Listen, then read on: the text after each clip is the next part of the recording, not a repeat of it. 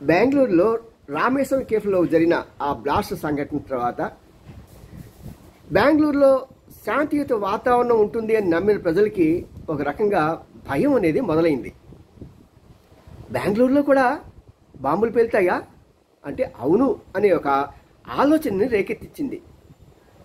దాంతో ఏమైందంటే ప్రభుత్వానికి ఎలాగైనా సరే ఈ నిందితులను పట్టుకోవాలి, వాళ్ళు అసలు ఎందుకు చేశారు, వాళ్ళ యొక్క ఆలోచన ఏంటి, దీంతోనే అవుతుందా లేకుంటే ఇంకా ఏమైనా వాళ్ళ ప్రయత్నాలు ఉన్నాయా, వీరికి ఎవరెవరు సహకరించారు, ఇంకా ఏంటి పెద్ద టీం ఏమైనా ఉందా, పెద్ద ముఠా ఉందా అని పరిశీలించాలని నేషనల్ ఇన్వెస్టిగేటివ్ ఏజెన్సీ రంగంలోకి దిగింది. మనందరికీ తెలుసు నేషనల్ ఇన్వెస్టిగేటివ్ ఏజెన్సీ కనుక రంగంలో దిగితే అట్టా ఇట్టా ఉండదు, ఒక రేంజ్లో ఉంటుంది. సో అలాగే దీని గురించి పరిశీలించి 4 రోజులు దాటిపోయింది. ఇప్పటికే కామెంట్స్ మొదలైనాయి, ఏంటి ఇంకా ఏం పట్టుకోలేదు, ఏం తేలలేదు అని. కానీ ఇంకా బయటికి గట్టిగా రాలేదులేండి, నిరాశ నిస్పృహలు. కారణం ఏంటంటే ఆ తర్వాత వాటర్ సమస్య బెంగళూరుకు చుట్టుకోవడం మూలంగా దీన్ని కొద్దిగా మర్చారు. ఏదేమైనా సరే మరి ప్రభుత్వం మరవదు కదా, హోమ్ మినిస్టర్ మర్చిపోదు కదా తన బాధ్యతని. మరి ఆ విధంగానే ఆ పద్ధతిలోనే దానికోసమే ఇన్వెస్టిగేటివ్ ఏజెన్సీ గట్టి ప్రయత్నం చేసింది. వాళ్ళు తెలుసుకున్న నిజాలు చూస్తే ఆశ్చర్యపోయారు. కారణం ఏంటంటే 2 యువకులు షాజిబ్, తోహా. ఈ తాజిబ్, షోహా అనే 2 యవ్వనస్తులు, అంటే మేబీ అరౌండ్ 25 to 30 లోపల ఉంటారు వీళ్ళిద్దరు కూడా. వీళ్ళు ఏం చేశారంటే ఫేక్ ఆధార్ కార్డులు సంపాదించారు. షాహిజీబ్ ఏంటంటే ఫేక్ ఆధార్ కార్డులు సంపాదించాడు. దాంట్లో యూషా షవాజ్ పటేల్ అనే ఒక మహారాష్ట్ర సంబంధించిన పాల్ఘర్ జిల్లాలో తను ఉంటున్నట్టుగా ఒక ఆధార్ కార్డు సంపాదించుకుని దాని ద్వారా రకరకాలుగా దాన్ని విచ్చలవిడిగా, ఇది ఒకటే కాదు ఇంకా చాలా ఉన్నాయి ఆధార్ కార్డులు, వాటితో తన ప్రభుత్వాన్ని ఎలాగ మాయపరచాలో అలా మాయపరచడానికి చాలా ప్రయత్నాలు చేశారు. అలాగే తోహా కూడా ఇతనేంటే పేర్లు మార్చుకుంటాడు.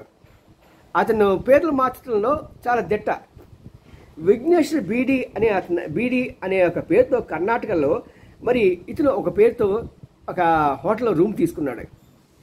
వీళ్ళు ఏం చేశారంటే ఇక్కడ ఈ ఉదంతం జరిగిపోయిన వెంటనే వాళ్ళు ఏం చేశారంటే కలకత్తా పారిపోయారు. కలకత్తాలో ఒక సబర్బ్ ఏరియాలో చూస్ చేసుకొని అక్కడ అంటే లో మిడిల్ క్లాస్ లో బడ్జెట్ హోటల్స్ని చూసుకొని అక్కడ అటు ఇటు ఈ హోటల్ నుంచి ఆ హోటల్కి, ఆ హోటల్ నుంచి ఈ హోటల్కి తిరుగుతూ ఉండేవాళ్ళు. ఈ లోపల వాళ్ళకి ఏం చేశారంటే అతనికి 3వ వ్యక్తి సహాయపడ్డాడు. అతని పేరు షరీఫ్. ఈ షరీఫ్కి ఏంటంటే వాళ్ళకి కావాల్సిన లాజిస్టిక్ సపోర్ట్. వీళ్ళు 35 సిమ్లు వాడారట. 35 సిమ్లు అండి. ఎక్కడా కూడా ఒక సిమ్ వాడిన చోట ఇంకో సిమ్ వాడకుండా అలాగా ప్రభుత్వాన్ని, ఇన్వెస్టిగేటివ్ ఏజెన్సీని తెకమక పెట్టి చివరాఖరికి ఎంతో ప్రయాసపడిన తర్వాత కలకత్తాలో పట్టుకోవడం జరిగింది. వీళ్ళు అనేక రకాల హోటల్స్ మార్చడం మూలంగా అక్కడ మార్చిన ప్రతి చోట కూడా వీళ్ళు హోటల్లోకి ఎంట్రీ అవటం, తర్వాత బయటకు వెళ్ళిపోవడం, ఇవన్నీ కూడా రికార్డెడ్ సీసీలో ఉన్నాయి. వాటి ఆధారంగా చేసుకొని ఈ రోజున కోర్టులో ప్రవేశపెట్టారు. మరి రాబోయే రోజుల్లో వీరికి శిక్ష, వీరికి